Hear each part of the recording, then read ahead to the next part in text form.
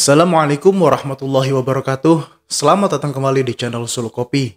Selamat ngopi untuk kita semua.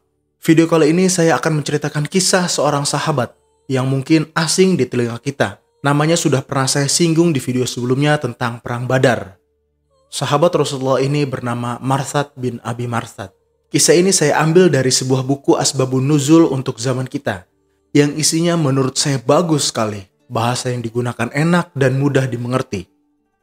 Cerita ini adalah sebab turunnya ayat Al-Quran surat An-Nur ayat 2-3. Di balik turunnya ayat ini, di dalamnya ada sebuah asmara sahabat Marsad dengan seorang pelacur.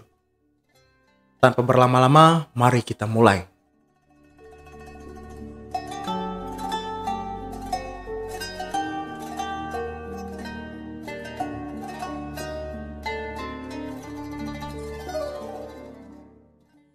Sebelum sahabat Marsad masuk Islam dan masih tinggal di Mekah, dulunya dia bekerja sebagai pedagang.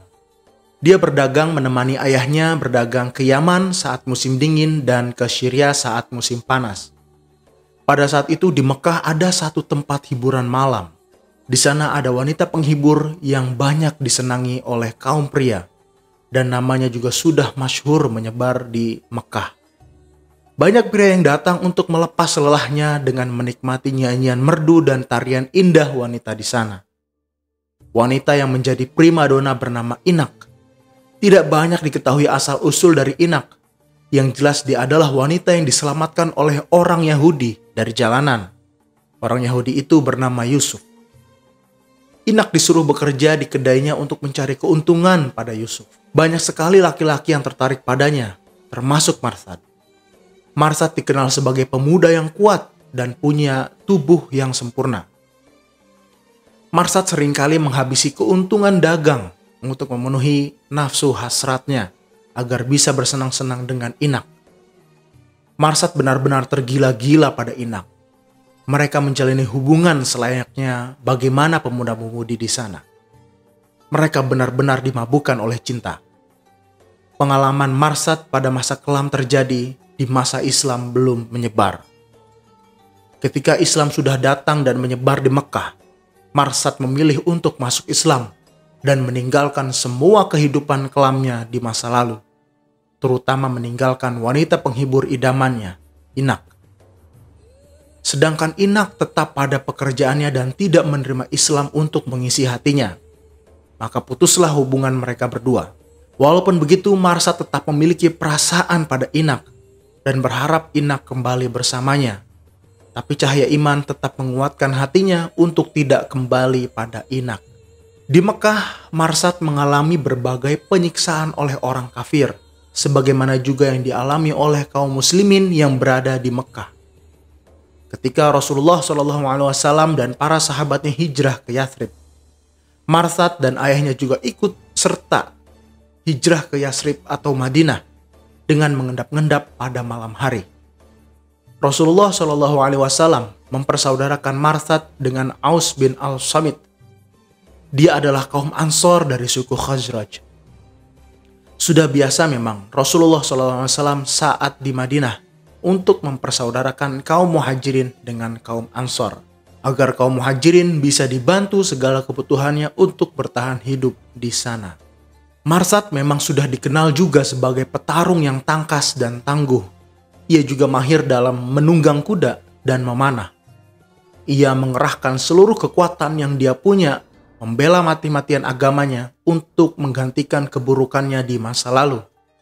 Ketika Islam sudah makin kuat dan makin banyak menyebar, maka menimbulkan kekhawatiran kaum kafir Quraisy.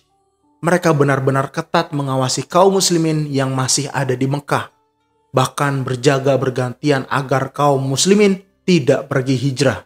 Namun berkat seluruh kekuatan dan ketajaman ingatan Marsad, rumah dan jalan, bahkan jalan-jalan kecil masih dia ingat. Dia menjadi penunjuk jalan untuk membawa orang-orang Islam kabur dari Mekah.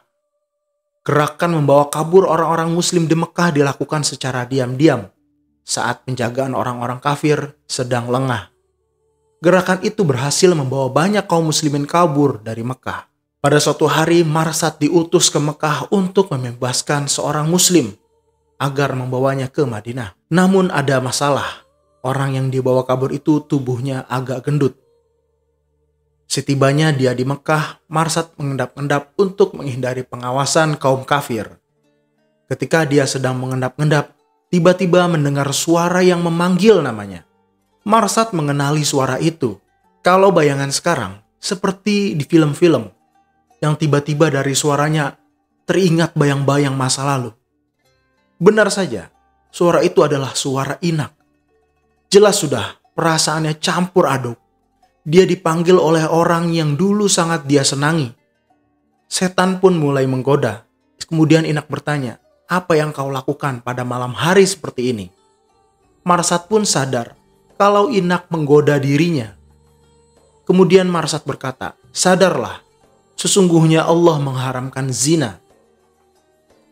Tiba-tiba saja Inak memegang tangannya dan mengancam, "Diam di sini atau akan kuberitahu kepada penduduk Mekah bahwa di sini ada laki-laki yang hendak melepaskan tawanan dan membawanya ke Yathrib atau Madinah." Di sini Marsad menghadapi dua pilihan antara mengikuti Inak dan tetap melanjutkan amanahnya. Namun Marsad tetap melakukan yang terbaik untuk agamanya. Tanpa pikir panjang, dia lantas melarikan diri. Di saat yang bersamaan, Inak dikejar oleh 8 orang untuk melayani nafsu bejat mereka. Marsad berlari menuju Gunung Khundimah yang terletak di arah timur Mekah. Di gunung tersebut ada sebuah gua yang kemudian menjadi tempat persembunyian Marsad. Gua itu pun sangat gelap, bahkan cahaya bulan tidak bisa masuk. Jadi persembunyian Marsad tidak diketahui oleh Inak dan gerombolannya. Inak dan gerombolannya tidak dapat menemukan Marsad dan akhirnya mereka kembali pulang ke Mekah. Setelah situasi sudah tenang, Marsad kembali ke Mekah untuk menyelamatkan orang Islam dan membawanya kabur ke Madinah. Walaupun dia menjalankan misi dengan baik, di pikirannya tetap ada Inak. Kemudian ia menghadap pada Rasulullah SAW dan bertanya, "Wahai Rasulullah, bagaimana pendapat engkau bila aku menikahi Inak?" Rasulullah hanya terdiam, karena ini bukan urusan antara seorang lelaki muslim dan wanita muslim, akan tetapi antara seorang muslim dengan wanita kafir.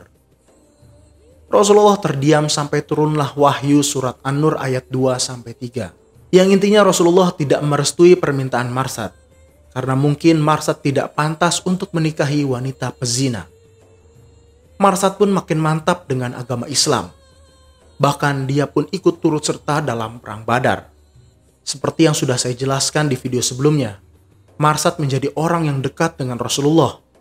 Saat perang Badar, unta yang dibawa hanya sedikit dan dinaiki 2-3 orang. Termasuk Rasulullah menaiki onta bersama Ali bin Abi Thalib dan Marsad bin Abi Marsad. Dalam perang Badar, Marsad banyak menumbangkan musuh. Begitu juga pada perang Uhud. Marsad ikut tampil dalam perang tersebut. Namun, saat perang Uhud, ada seorang perempuan kafir yang bernama Salafah. Anak-anaknya mati dalam perang Uhud oleh Asim bin Thabit. Dia berupaya untuk membalas dendam atas anaknya dan ingin mendapatkan kepala Asim. Bahkan dia bernazar akan meminum air arak dari batok kepalanya. Akhirnya dia bersekongkol dengan kaum Huzail agar bisa membunuh Asim bin Thabit. Suatu ketika Rasulullah SAW didatangi utusan dari kabilah Adol dan Qoroh. Mereka meminta kepada Rasulullah dengan nada yang memelas, "Wahai Rasulullah, kami telah berislam. Utuslah sahabatmu untuk mengajari kami tentang ajaran agama dan untuk membacakan ayat-ayat Al-Quran kepada kami, sehingga kami dapat memahami Islam secara lebih baik." Mendengar itu Rasulullah dan kaum muslimin tentu saja gembira dan bersyukur, seraya berharap keislaman mereka akan menjadi langkah awal bagi kabilah-kabilah lainnya. Rasulullah SAW kemudian mengutus 6 orang sahabat yang pemberani dan berpengetahuan luas untuk mengajari kabilah-kabilah tersebut. Mereka adalah Marsad bin Abi Marsad, Khalid bin Bakir, Al-Laythi, Asim bin Thabit, Khabib bin Adi, Zaid bin Dithnah, dan Abdullah bin Tariq. Yang memimpin utusan tersebut adalah Marsad bin Abi Marsad. Kemudian mereka semua berangkat bersama-sama dengan kabilah Abdul dan Qurrah. Sesampainya di sumur milik suku Huzail, di tempat yang bernama Ar-Raji, orang-orang dari Abdul dan Qurrah tiba-tiba berteriak, seakan-akan meminta bantuan kepada suku Huzail. Tiba-tiba saja mereka sudah dikepung oleh suku Huzail dan menodongkan senjatanya kepada para sahabat Rasulullah itu. Orang-orang Huzail berusaha menenangkan mereka dengan berkata, "Tenang saja, kami tidak ingin menyakiti kalian semua. Kami hanya ingin menyampaikan pesan dari penduduk Mekah untuk kalian. Kami tidak akan memerangi kalian karena kami terikat janji dengan kalian." Sebenarnya, orang-orang Huzail adalah orang bayaran dari penduduk Mekah untuk membunuh beberapa para sahabat Rasulullah. Di antaranya adalah Asim bin Sabit untuk dibawa ke Salafah karena telah membunuh kedua anaknya, dan Zaid bin Disnah karena sudah membunuh ayah dari seorang Bani Al-Harith. Para sahabat menyadari bahwa mereka telah jatuh pada perangkap mereka. Para sahabat berkata, "Kami tidak menerima perjanjian dari orang musyrik." Tak lama terjadilah pertempuran di antara mereka. Walaupun secara jumlah para sahabat kalah jauh karena mereka hanya 6 orang. Tapi mereka tidak gentar. 3 di antara utusan Rasulullah mati syahid, yaitu Marsad, Khalid, dan Asim. Sedangkan 3 lainnya ditawan oleh musuh dan dibawa ke Mekah. Di tengah perjalanan, Abdullah bin Tariq melihat kalau musuh sedang lengah dan berusaha untuk melepaskan diri dan menyerang mereka. Namun takdir berkata lain. Akhirnya Abdullah ikut mati syahid juga. Hanya tersisa 2 tawanan, yang mana dia akan dijual oleh penduduk Mekah yang akan membalaskan dendam kematian ayahnya.